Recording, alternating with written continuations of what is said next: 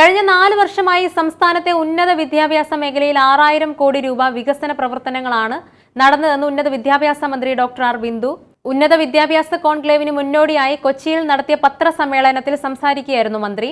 അടിസ്ഥാന സൗകര്യം വിപുലീകരണത്തിന് മാത്രമായി 2000 കോടി ഉപയോഗിച്ചു. കിഫ്ബി, പ്ലാൻ ഫണ്ട്, റൂസ എന്നിങ്ങനെ വിവിധ പദ്ധതികളിലായി വിപുലമായ വികസനമാണ് അടിസ്ഥാന സൗകര്യ രംഗത്ത് നടപ്പാക്കിയത്. കേരള MG സർവകലാശാലകളിൽ ഒരുക്കിയ ലാബ് കോംപ്ലക്സുകളുടെ മാതൃകയിൽ കുസാറ്റിലെ ലാബ് സൗകര്യങ്ങൾ ഉന്നത നിലവാരത്തിലേക്ക് ഉയർത്തുന്നതിനായി 250 കോടി രൂപയാണ് കഴിഞ്ഞ വർഷങ്ങളിൽ ചെലവഴിച്ചത്. എല്ലാ കുട്ടികളും വിദേശത്തേക്ക് പോകുന്നുവെന്ന പ്രചാരണം ശരിയല്ല. ആഗോളവൽക്കരണത്തിന്റെ ഭാഗമായി അതിർത്തി രേഖകൾ അപ്രത്യക്ഷമാക്കുന്ന കാലമാണിത്. വിദേശ വിദ്യാഭ്യാസം മുമ്പത്തേക്കാൾ എളുപ്പത്തിൽ സാധ്യമാകുന്നു. ഇന്ത്യയിൽ നിന്നും പുറത്ത് വിദ്യാഭ്യാസത്തിന് പോകുന്ന കുട്ടികളുടെ കണക്കെടുത്താൽ വെറും 4% മാത്രമാണ് കേരളത്തിൽ നിന്നുള്ള വിദ്യാർത്ഥികൾ. പുതുതായി അവതരിപ്പിച്ച 4 വർഷ ബിരുദ പ്രോഗ്രാമിനോട് പോസിറ്റീവായ പ്രതികരണമാണ് ലഭിക്കുന്നത്.